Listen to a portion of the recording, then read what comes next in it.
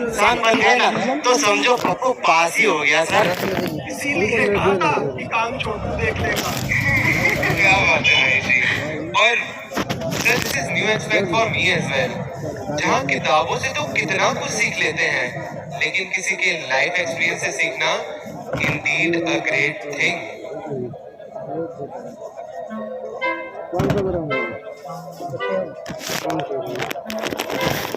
टमाटर 20 रुपए किलो, 20 रुपए किलो है। टमाटर के रेट घट गया है। चाको सुने मेरा तो मैं किसा 40 का 40 का बोल किलो, तो नहीं 500 बोल रहे। 500। क्या बोल रहे बोल रहे? नहीं आप बोल रहे नहीं आप बोल रहे नहीं। अरे वही बोल नहीं हो रहा है। चल अपना काम करना, हर 2 मिनट में आ जाता है। चल चल।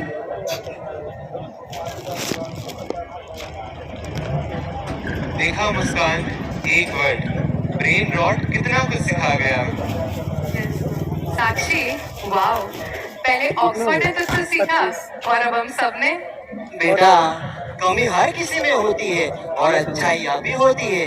कोई भी यहाँ पूर्ण नहीं है, तो सबकी अच्छाई हो और बुराई हो दोनों से ही सीखा जा सकता है। साक्षी बेटा, जब हम किसी भी सिचुएशन में निगेटिव एस्पेक्ट को इग्नोर कर सिर्फ पॉजिटिव एस्पेक्ट पर फोकस करते हैं, तब हम सैडनेस, एंगर और इरिटेशन जैसे इमोशंस को आसानी से मैनेज कर लेते हैं। साक्षी बेटा, हम बदल भी सकते हैं, जरा सोचो इस बारे में।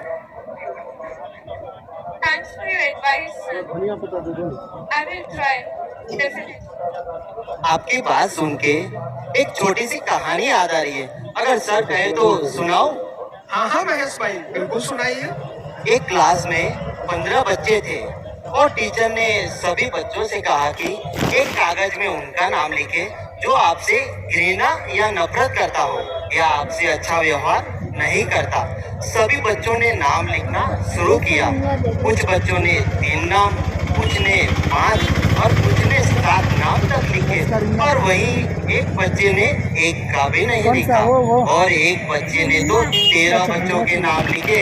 अब जिसने एक का भी नहीं लिखा उसका भी किसी ने नहीं लिखा और जिसने सबका लिखा उसका नाम भी सबने लिखा। अब इससे यह सीखने मिलता है कि हम दूसरों की कमियों को नजरअंदाज करें और उनकी अच्छाइयों से सीखें और खुद को सुधारें। क्या बात है महेश जी। छोटो छोटो बोलो। अब इतनी सारी बातों को पचाने के लिए एक एक चाय हो जाए। क्या महेश भैया, सिर्फ चाय पिलाओगे क्या? खिला भी दो। और छोटू भैया, सॉरी मैंने आप पर चिल्ला दिया था, वो भी बिना कोई रीजन के। मेरा ना स्वभाव भी आजकल ऐसा हो गया है, पता नहीं, मैं खुद से ही परेशान हो गई। साक्षी बेटा, इसमें सॉरी बोलने की क्या जरूरत है? चलता रहता है ये तो। महेश भाई, सॉरी बोलना या गलती का एहसास होना गलत नहीं है। अगर साक्षी को आज अपनी गलती महसूस हुई है तो वो जरूर अपने जीवन में एक पॉजिटिव बदलाव लाने की कोशिश करेगी। अब यहाँ समझने वाली बात ये है कि हम अपने इमोशंस को अपने ऊपर हावी होने से कैसे रोकें। महेश भाई, आप ही बताइए। नहीं सर, भला आपके आगे मैं क्या बताऊं? आप ही बताइए। जैसे साक्षी ने उसके गुस्से पर नहीं, उसके गुस्से ने साक्षी पर काबू किया और साक्षी तुम उस गुस्से पे नियंत्रण खोने के कारण छोटू पर चिल्ला बैठी। जैसे श्रीमद् भगवत गीता के 2 अध्याय के 63वें श्लोक में भी लिखा है, क्रोधात् भवति सम्मोहा, सम्मोहा स्मृति विभ्रम, स्मृति विध्वंस, बुद्धिनाशात् प्रणश्यति। मतलब क्रोध से हमारी स्मृति का विनाश हो जाता है और बुद्धि का भी नाश हो जाता है। इसका मतलब सर ये बात तो आप पे भी लागू होगी। पर बेटा, जरूरी नहीं कि क्रोध करना हमेशा गलत ही हो। जैसे माँ भी तो अपने बच्चे पे क्रोध करती है, पर उसके सुधार के लिए, ना कि उसे नुकसान पहुंचाने के लिए। ठीक इसी प्रकार जब सब आप ठीक से पढ़ते या सीखते नहीं हो तो हमें भी अपने एसर्टिव व्यवहार का प्रयोग करना पड़ता है ताकि आप इन चीजों की गहराई को समझ सकें। क्रोध का प्रयोग भी सही हो सकता है अगर वो नियंत्रित रूप से किया जाए तब। क्रोध कंस्ट्रक्टिव भी हो सकता है और क्रोध डिस्ट्रक्टिव भी हो सकता है। और सर फिर तो सिर्फ क्रोध ही क्यों, ऐसे तो हर इमोशन एक रूप से ऊर्जा ही तो है जो हर इमोशन को नियंत्रित रूप से सही मार्ग प्रदान करे तो उसका सही उपयोग भी कर सकते हैं और उसका लाभ भी पा सकते हैं। क्या बात है महेश जी। और विजय सर कहते हैं ना, मॉडरेशन इज द की। तो हर चीज अगर एक बैलेंस में हो तो हमें बेनिफिट ही देती है।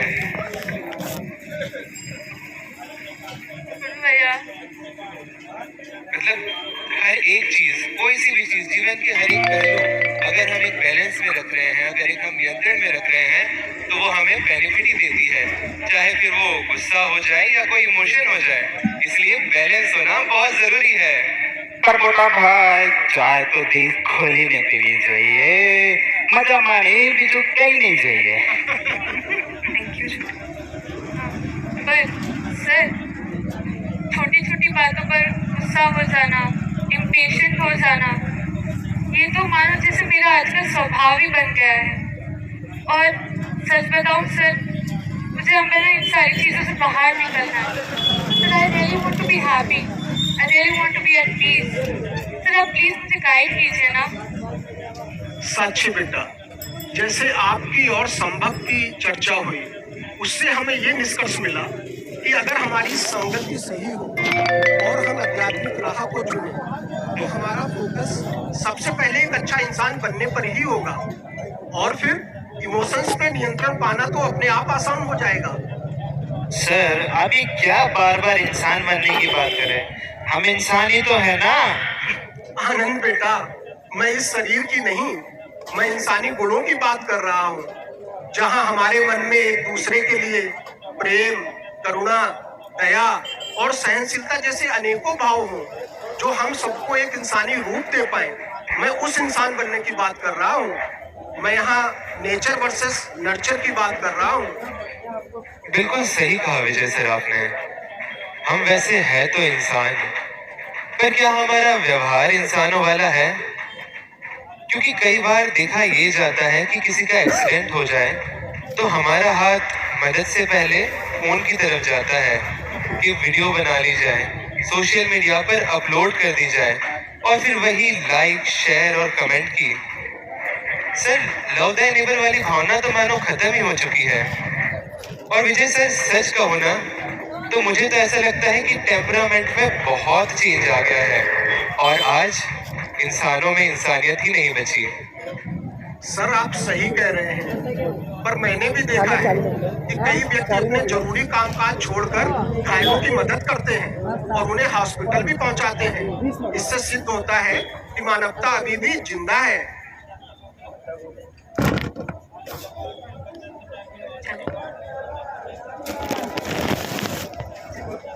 Thank you Vijay sir, Sudhir sir. Thank you sir. Thank you sir. चल टाइम भी हो गया, चलते हैं।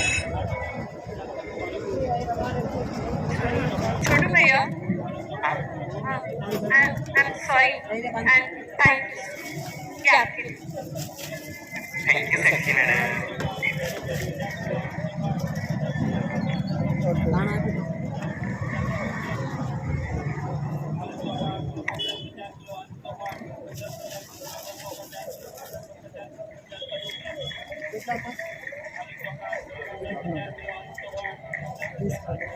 इन सभी के लिए जोरदार तालियां जो हमारे बड़ौदा जोन के नौजवानों ने और महात्माओं ने आपके समक्ष रखी और भाव बहुत सारे एक कॉलेज के टीम के सीन से आपके समक्ष रखा कि बहुत सारी परिस्थितियां हमारे जीवन के अंदर हमें क्रोध दिलाती हैं, किस प्रकार का भाव होता है। लेकिन वो एक शेर शायर ने लिखा जो इस समय पर बहुत माकूल है। आप देख रहे हैं बाहर का एनवायरनमेंट कितना कुछ चल रहा है, शादी हो रही है, बम पटाखे बज रहे हैं, लेकिन हमारा ध्यान कहाँ होना चाहिए? कहाँ होना चाहिए? इस संदेश में जो हमें आप मिल रहा है। और इसी प्रकार वो शायर ने लिखा कि यूं ही अपने मिजाज को चिड़चिड़ाना कीजिए। चिड़चिड़े हो जाते हैं, ऐसी सिचुएशंस आती हैं, रिलेशनशिप्स का ब्रेकअप इत्यादि भी देखा आपने। तो शायर ने लिखा, यूं ही अपने मिजाज को चिड़चिड़ाना कीजिए, कोई छोटी बात करे तो आप दिल बड़ा कीजिए। तो हमें अपना दिल बड़ा करना है और छोटी छोटी बातों पर नजर रखना सीखें। और अगली प्रस्तुति लेकर के आप सब इसी जो पीछे बम पटाखे चल रहे हैं ना, इसी के साथ मर्ज होने वाला अगली आइटम है और वो है हिप हॉप। तो हिप हॉप म्यूजिक के साथ जुड़ते हुए आपने अगली प्रस्तुति देखी। आप जोरदार तालियों के साथ स्वागत भी करें। संदेश वही होगा कि हम कैसे सहज रह सकते हैं। ये बम पटाखे चलते रहेंगे जिंदगी के अंदर, कोई कुछ कहेगा, कोई कुछ कहेगा, लेकिन हमारी अंदर से सहजता, हमारा टेम्परामेंट बदले नहीं। हम इस